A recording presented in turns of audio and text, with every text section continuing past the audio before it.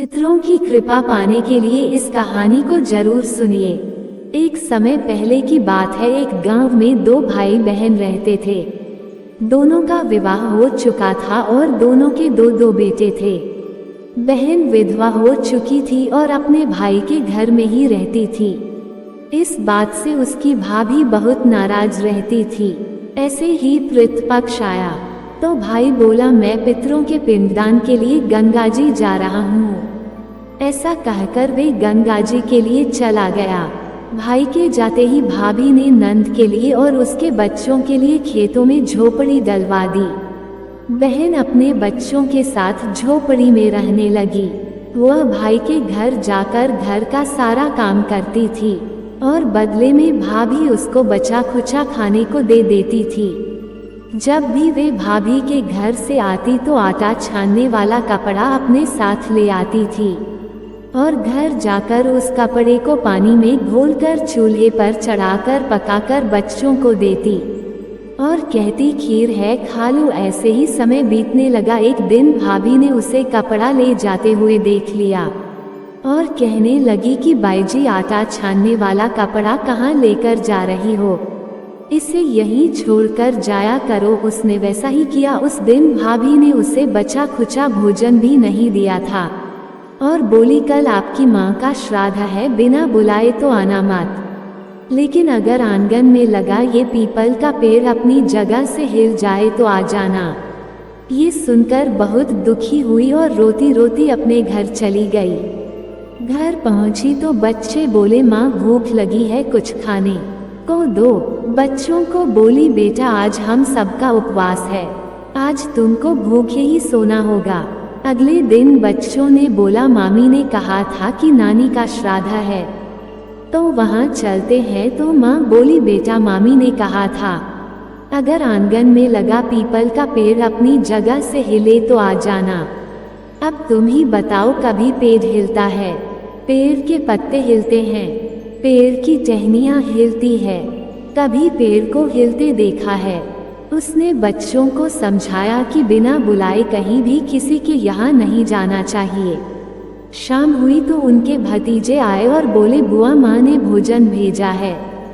जब देखा तो भोजन के नाम पर 2 सूखी रोटी और उस के ऊपर थोड़े से चावल रखे थे। ये देखकर उसे बहुत क्रोध आया और अपने बच्चों से बोली, इसे झोपड़ी के ऊपर फेंक दो। और वह भूखे ही अपने बच्चों को लेकर सो गई। सारी रात गंगा माँ को याद करती रही और बोली, हे गंगा माँ, मेरे भाई की रक्षा करना, वो हमारी रक्षा करेगा। अगले दिन भाभी आई और बोली, बाईजी कल तुम्हारे पिता का श्राद्ध है, बिना बुलाए मत आना। अगर आंगन में पीपल का पेड़ अपनी जगह से हिले तो आ जाना। अगले दिन भी भोजन के लिए भाभी के घर नहीं गई। शाम को फिर उसके भतीजे आए और 2 सूखी रोटियां और थोड़े से चावल उसे दिए। उसने फिर रोटी और चावल झोपड़ी के ऊपर फेंक दिए और भूखे बच्चों को लेकर सो गई और सारी रात रोती रही और माँ गंगा से प्रार्थना करती रही। इसी तरह पितृपक्ष के 16 दिन बीत गए। उसका भाई वापस आया तो उसने देखा कि उसके घर में कीचड़ ही कीचड़ भरा पड़ा है। वह अपनी पत्नी से पूछने लगा, ये कीचड़ कैसे आया? मेरी बहन और मेरे भांजे कहाँ है? उसकी पत्नी बोली, श्राद्ध के पूरे 16 दिनों तक मैंने तुम्हारी बहन और भांजों के पैर कच्चे दूध से धोए, इसलिए यहाँ कीचड़ हो रहा है। तुम्हारे पीछे से मैंने उनकी खूब सेवा की, खीर पूरी खिलाई, तब भी वे मुझसे नाराज होकर खेत में झोपड़ी डालकर रह रही है। भाई खेत पर पहुंचा तो देखा कि वहां पर कोई झोपड़ी नहीं है। वहां पर एक आलीशान महल बना हुआ है जिसके आंगन में उसके भांजे खेल रहे हैं। उसने जाकर अपनी बहन से कहा, बहन ये सब क्या है?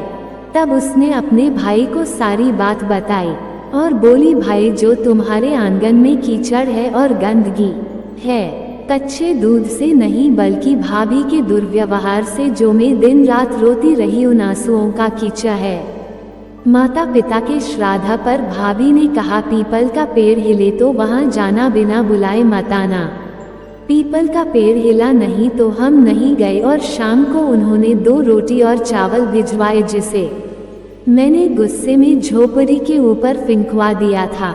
माता पिता के आशीर्वाद और तेरे साथ और गंगा मैया की कृपा से वह सूखी रोटियां सोने में और चावल हीरे मोतियों में बदल गए, जिसके प्रभाव से ये सब कुछ हुआ है। भाई ने अपनी बहन से अपनी पत्नी की गलतियों की माफी मांगी और अपनी बहन को घर चलने को कहा। तब बोली, भाई गंगा मैया ने तुम्हारी रक्षा की, तू हमारी रक्षा करेगा, लेकिन अब हम यहीं रहेंगे। ये सुनकर भाई ने अपने माता पिता को याद किया और बोला, मेरे पितरों जैसे मेरी बहन और भांजों की रक्षा की, उनके दुख काटे वैसे सबके दुख काटना और सबकी रक्षा करना। दोस्तों, आपको ये कहानी कैसी लगी आप हमें कमेंट बॉक्स में कमेंट करके बता सकते हैं। अगर आपको ये कहानी अच्छी लगी हो तो इसे लाइक और शेयर करें और ऐसी ही कहानियों को सुनने के लिए हमारे चैनल को सब्सक्राइब जरूर करें। धन्यवाद।